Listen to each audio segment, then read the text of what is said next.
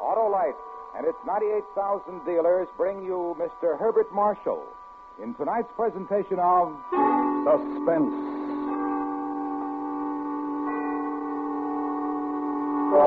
Tonight, Autolite presents a story based on fact and written by a master of suspense. An adaptation of the 19th century Bourne murder case called The Dead Alive. The author, Wilkie Collins. Our star, Mr. Herbert Marshall.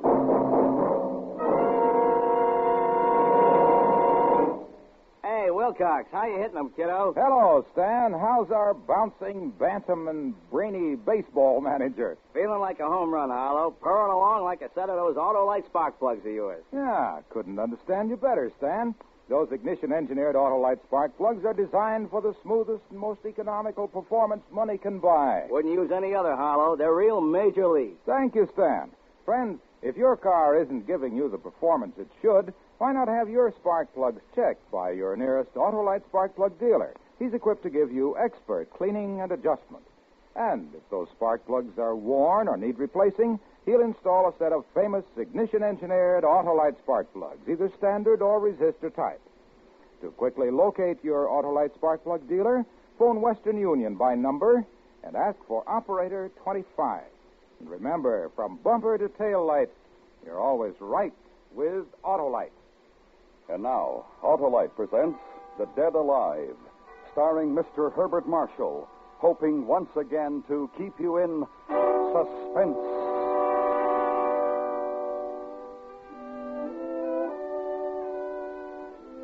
How did the doctor put it to me back there in London? Your disease, Mr. LeFranc, is overwork. Your cure is rest. Your alternative is death. Nice choice of words there, but not to be ignored. For any excitement stirred sudden, unbearable pains in my head. The trip was restful, though the prospect of visiting a country just 5 years beyond a civil war was a little disturbing. The long-standing invitation of my mother's distant relatives appeared to hold a promise of friendship and hospitality. The very thing for a nerve-ridden English barrister. I boarded a railroad car at Boston, which deposited me at Morvick Station. The countryside viewed from the station was as flat, as monotonous as any that the earth can show. If to be cured meant, in my case, to be dull, I picked the very place for the purpose. Mr. Philip LeFranc. Oh, yes, of course. You must be Cousin Silas. That's right. I didn't mean to startle you. No. I was fascinated by this very interesting countryside of yours. Let's start off on an honest footing. This view is uninspired, Philip. But it's good farmland. That's most important. Is this your luggage? No, just these bags. Here, I'll take the big one. That's all right. You carry the two small bags. Oh, but your hand, that bandage, it must be painful. It's just a scratch. It couldn't hurt me. The carriage is this way.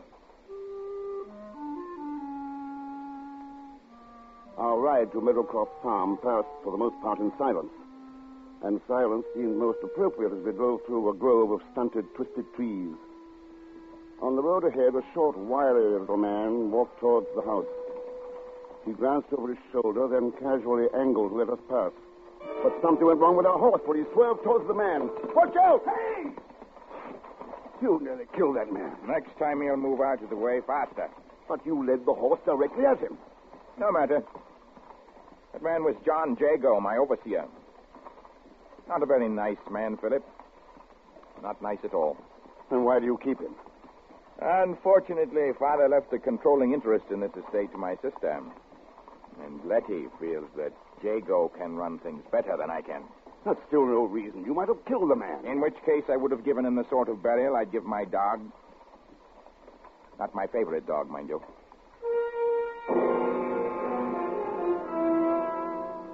A gray house, like a huge toad, squatted massively at the end of the road. 3 barking hounds chased our carriage up to the front porch. My cousin sent them scampering as we dismounted. A melancholy, middle-aged woman without visible attraction of any sort waited for us in the hallway. Cousin Philip, I trust the Lord sent you an easy voyage. A delightful voyage, Cousin Letty. It's very good of you to have me.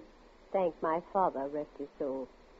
We shall do our best to honor the invitation he extended to your branch of the family. Silas, did you pass Mr. Jago on your way up? Yes, I passed him. You might have been good enough to offer him a lift. I did, after a fashion. This way, Philip. I'll show you to your room. Supper is at 8, Cousin Philip. We start exactly on the hour. Silas left me in a clean, almost sterile room. To pass the time, I made a game of searching for some dust. It was depressing not to find any. I paced, I worried, read, and generally tried to keep the gloom of the house from sinking into my bones. It was useless. By 8 o'clock, I was morosely trying to decide whether to go down to dinner or to repack and leave. My stomach made the decision for me. I walked out of my room and into the loveliest creature I'd ever seen. Oh. I'm sorry. Oh, no, my fault. I shouldn't run down hallways.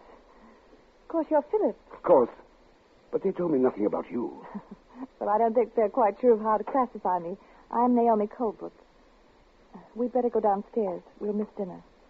Are you visiting to Miss Colebrook? Oh, no, I've been here over 6 months now. I'm a vague sort of relative. Letty and Silas took me in after my parents passed away. Oh, that was very good of them. Yes, it was. But I am glad to have someone else here now. Is anything wrong? Well, there are tensions in this house.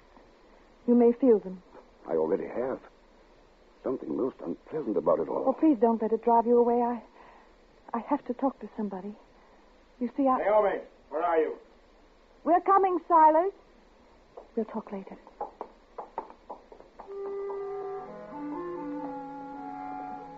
Dinner started off as a quiet affair. Naomi, Silas, Letty, and myself were there, of course. The fifth person was John Jago, the fellow we'd almost run down. He acknowledged the introduction to me, then lapsed into silence. The only time I saw any animation on his face was when he glanced at Naomi. Silas noticed it, too. You find Miss Naomi's face interesting, Mr. Jago. I beg your pardon. Silas, please, don't start in again. It's offensive for the help to be staring at you like that. Your imagination is being overworked again, Silas. Dear Letty, you're so fond of Mr. Jago. Isn't there one small pang of jealousy at his interest in Naomi? Silas. I'm sorry, Miss Letty.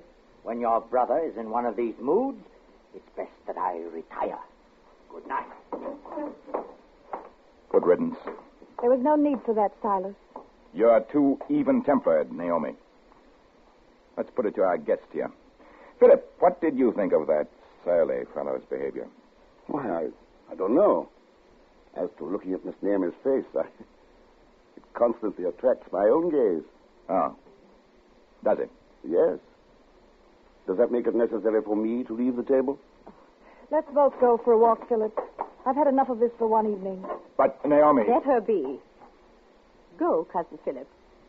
I wish to talk to my brother alone.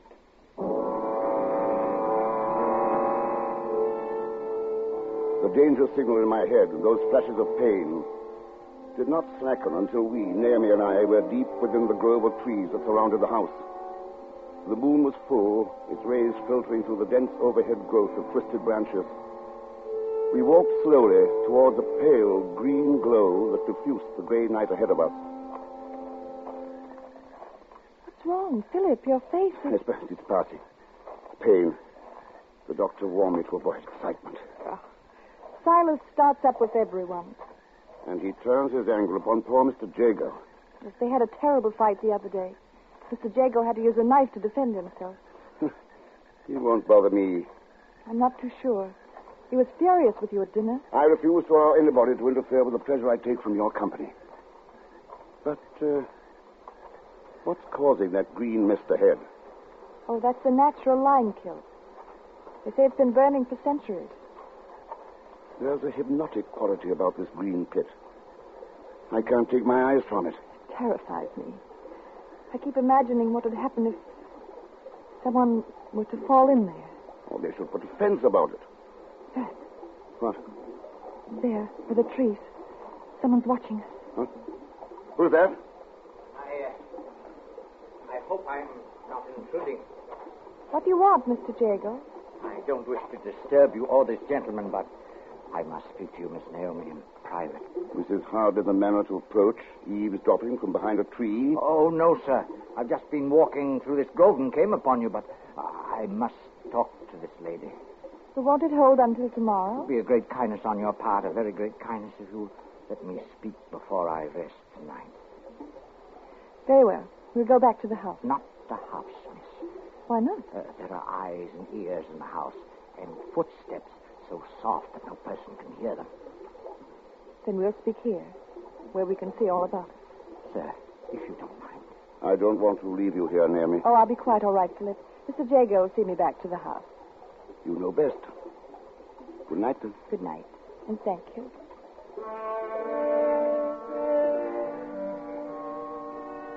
I slept but little that night. I wanted to leave. Get away from that wretched house. But the idea of leaving Naomi there all alone was unthinkable. With the dawn, I dressed and went down to the front porch. An angry sight met my eyes. Silas, holding his walking stick like a bludgeon and waving it at Jago, while the little overseer crouched before him like a snarling gamecock, the wicked blade of his knife flashing in the light. Stay back, I warn you. You warn me. I told you to stay away from her. She's not my style, Mr. Silas. You impudent beggar. Keep back. I've set my mark on you once. I may do it a second time. I'll crush you. Stop that! Here, Silas, give me that key. Let me go. I said, give it to me. You meddling fool. He's gotten away. Just as well. He handled that knife with some knowledge. You wouldn't have fared well in that fight. You think not, do you, Cousin Philip? I have my stick now. If you must have it. Here. Thank you. Now, I'd like to walk through the grove, unless you have some objection. So you insist on following him? We will finish this now, Jago and I. And this is a warning to you, Cousin Philip. Leave Naomi alone, or you may have some of the same.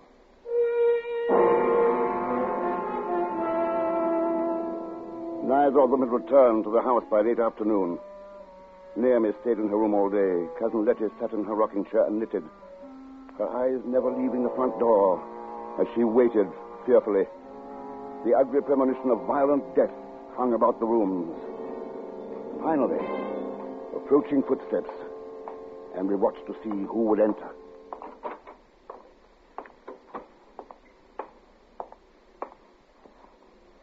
Silas, where is Mr. Jago? I believe we've seen the last of that one. Did you? You haven't brought your walking stick? No. But don't fear, Cousin Philip. I have another. Should you want to take a stroll through the grove?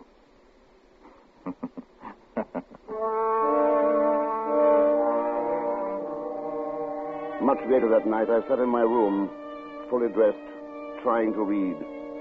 The wildest thoughts were skipping frantically through my mind. Was my cousin Silas a murderer? He had all but admitted it. And yet,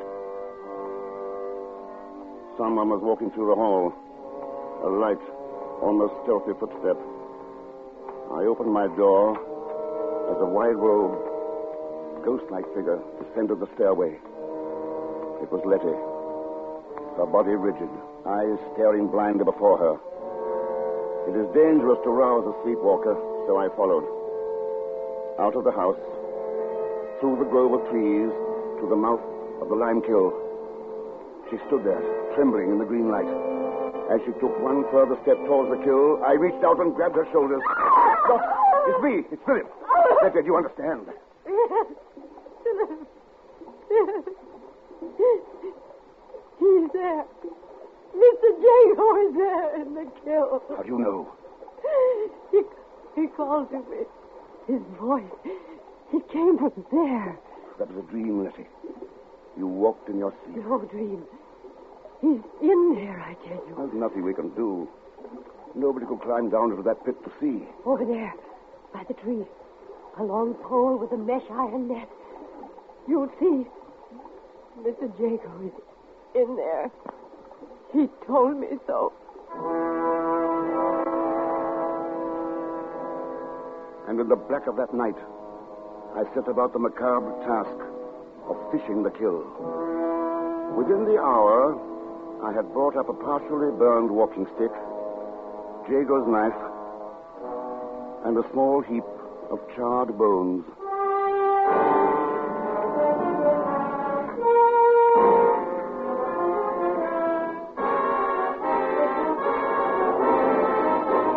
Autolite is bringing you Mr. Herbert Marshall in Wilkie Collins' The Dead Alive. Tonight's presentation in radio's outstanding theater of thrills, Suspense.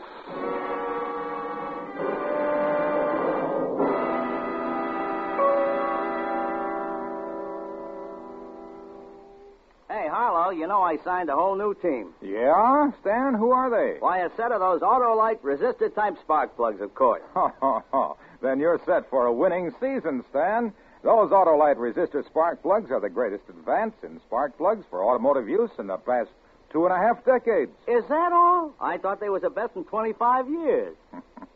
You're right, Stan. And that built-in Autolite resistor makes possible such advantages as double spark plug life, smoother engine performance, and quick starts. And the resistor spark plug is only one of a complete line of world-famous Autolite spark plugs, ignition engineered for every automotive use. That's a straight pitch, folks. So see your nearest Autolite spark plug dealer for a spark plug check soon. He services all makes of cars, and he has ignition engineered Autolite spark plugs, either standard or resistor type. To quickly learn his location, phone Western Union by number and ask for operator 25. And remember, from bumper to tail light, you're always right with Autolite. And now, Autolite brings back to our Hollywood soundstage Mr. Herbert Marshall in Elliot Lewis's production of The Dead Alive, a tale well calculated to keep you in suspense.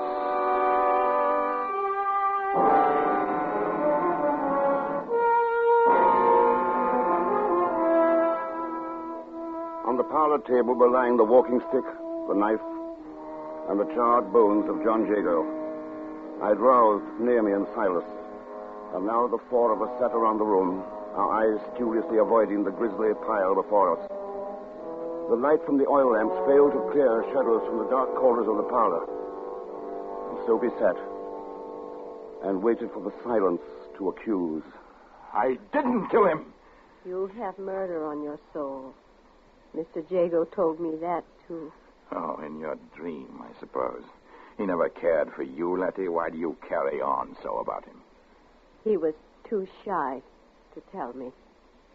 And now he never will. For you killed him. That is your stick, Silas. I stumbled near the kill. It fell in. And the knife and the bones, Silas. You killed him, Silas. And make the most of it. I'm going to bed. There's nothing more to be done tonight. We may as well all get some sleep. I don't think I'll ever sleep again. Or at least try, Naomi. Tomorrow we'll have to call in the magistrate. Aren't you coming, Letty? Oh, I'll stay here with Mr. Jago. Letty, please. No. Leave her, Naomi. Come. Oh, Philip, why did it happen? You probably know best of all. I know nothing. No? What did Jago say to you the other night in the garden? The police will want to know. We've been talking. I don't recall about what. Suddenly, he seemed to go mad. Mad? In what way? He fell on his knees, kissed my gown, my hand. He cried that he was in love with me. Poor fellow. I imagine you told him it was impossible. He wanted me to marry him. Of course it was impossible. Silas must have found it out. That could explain the why of this murder. Well, I can't stay here anymore. Nor can I. Tomorrow we'll move into town until the police clear us. And then... What then, Philip? Oh. Good Lord, what's that? Oh, don't leave me. Well, it's too late to catch whoever that was. Someone overheard us. Yes, someone. Here, get into your room, bolt your door, and don't open it for anyone. You hear? Philip, I'm so afraid. Truthfully, darling, so am I.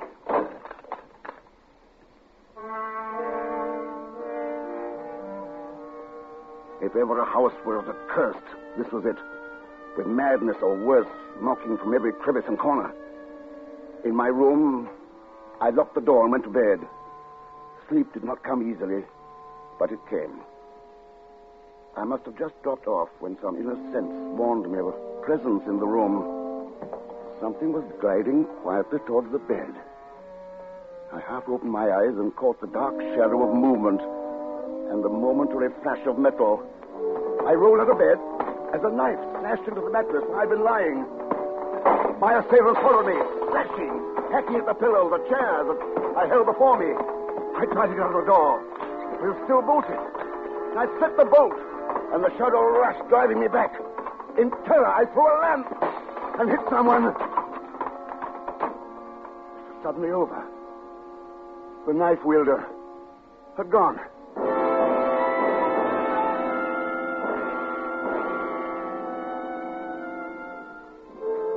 I fired a lamp, then stood, staring at the butcher knife that lay on the floor. My being revolted in fear and anger. I was sick. Sick of this house, of my cousins, sick of waiting to be struck down in the dark. Get up, Silas. Who's there? Stop pretending that you're asleep. Philip, the devil's the matter with you? Naomi wouldn't have had you under any circumstances. What did you hope to gain by killing me? Killing you.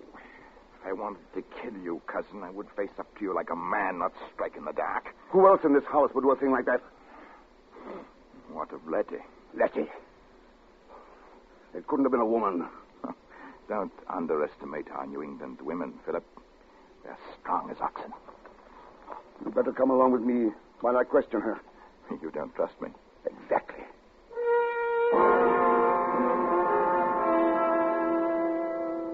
Letty was still in the parlor, staring at the bones of her dead lover, sitting stoically in her chair.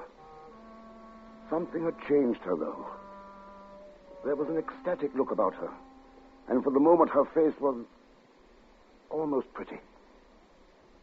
Letty, someone just tried to kill me. I know. How do you know? Mr. Jago told me you were going to die. She won't grasp the fact that John is dead. Oh, yes, I know he's dead. But now he's closer to me than ever. He comes to see me and talk to me.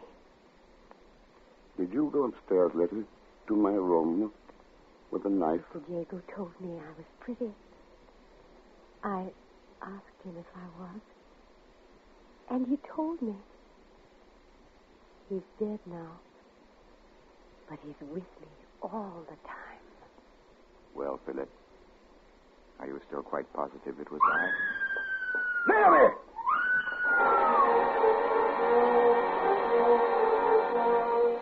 I ran up the stairs, Silas at my heels. A nagging, insane thought kept tugging at my brain. Letty, Silas, and myself, we'd been together in the parlor. Then who was it? What was it? What horror was attacking Naomi in her room?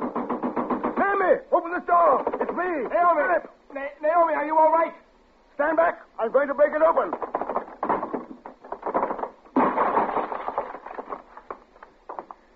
She's not here. The window's been smashed. There's nobody in the yard. Look, over through the grove, the branches swaying. Something's moving through there. That one again. But who? Or what? Silas, can your dogs track? Of course, they're hunting dogs. Bring them around and put them on the scent. Whatever that thing is, it has Naomi.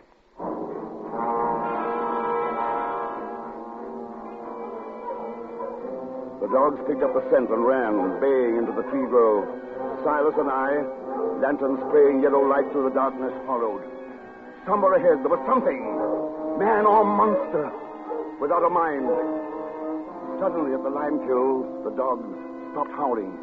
We saw Naomi, lying by the edge of the pit. I knelt beside her, feeling the life beat feebly through her pulse. And then, another feeling. The air parting behind me, as something crept towards my back. Something poised to push me into the kiln. I turned sharply, and the shadow flowed backwards, crossing to the opposite side of the pit. The green glow stippled around the form of a man. John Jago. Alive. Yes, very much so. Though it would have been nice to have Mr. Silas hanged for my murder. Your plans to me were very much more direct. I would kill for Miss Naomi, not just talk like Mr. Silas. You think she'd ever look to you? Someday, Mr. Silas, with you and your cousin dead. Oh, my, yes. And I would return, feigning loss of memory. Can't work out now, John. You best come along with us. Oh, take me, sirs. Come over here. I'll be glad to. Wait, Silas. He's too close to the pit. A slip and we'd all be in. Try, please. I'm a match for you both. Mr. Jago, I hear you. I'm coming, Mr. Jago. No. Stay back, Letty. I have no use for you anymore. You said I was pretty, Mr. Jago. You said that to me. Letty, don't go near him. Keep away, you stupid, ugly woman. No. You didn't say things like that in the lime kiln. In the kiln. Letty! Keep back. Keep back. Mr. Jago! Letty! They're both gone. Poor devils.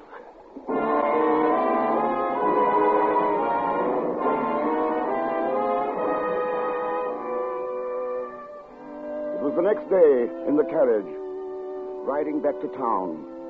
Naomi beside me. The sight of her lovely face driving away ugly thoughts of the night before. Is it all behind us now, Philip? All that hatred? It's finished, my darling. There's just you and I and our future together. A peaceful future. We'll have to watch your nerves. Nerves? Oh, my Lord. In the excitement, I forgot all about it. But the excitement might have killed you. Killed. It cured me. That doctor was wrong. My life was too dull. Then excitement is what you need. Yes. I've been thinking about our honeymoon. There's a wonderful old castle on the Rhine.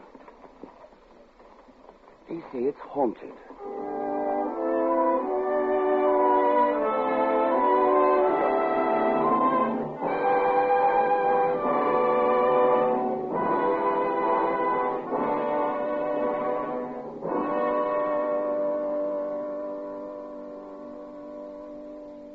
Suspense, presented by Autolite. Tonight's star, Mr. Herbert Marshall. This is Harlow Wilcox again, speaking for Autolite, world's largest independent manufacturer of automotive electrical equipment. Autolite is proud to serve the greatest names in the industry. That's why during these early months of 1953, the Autolite family is again saluting the leading manufacturers who install Autolite products as original equipment. As a climax to this salute series, Autolite will present on both radio and television the Easter Parade of Stars Auto Show from New York's Waldorf Astoria Hotel. Just 4 weeks from tonight, we will bring you the exciting dramatization of the only round-the-world automobile race ever run. The program will star Van Johnson and will originate from the Grand Ballroom of the Waldorf, where the auto show will be in progress. That's Monday, April 6th. And, of course, you're invited to join us next week for our regular Suspense program.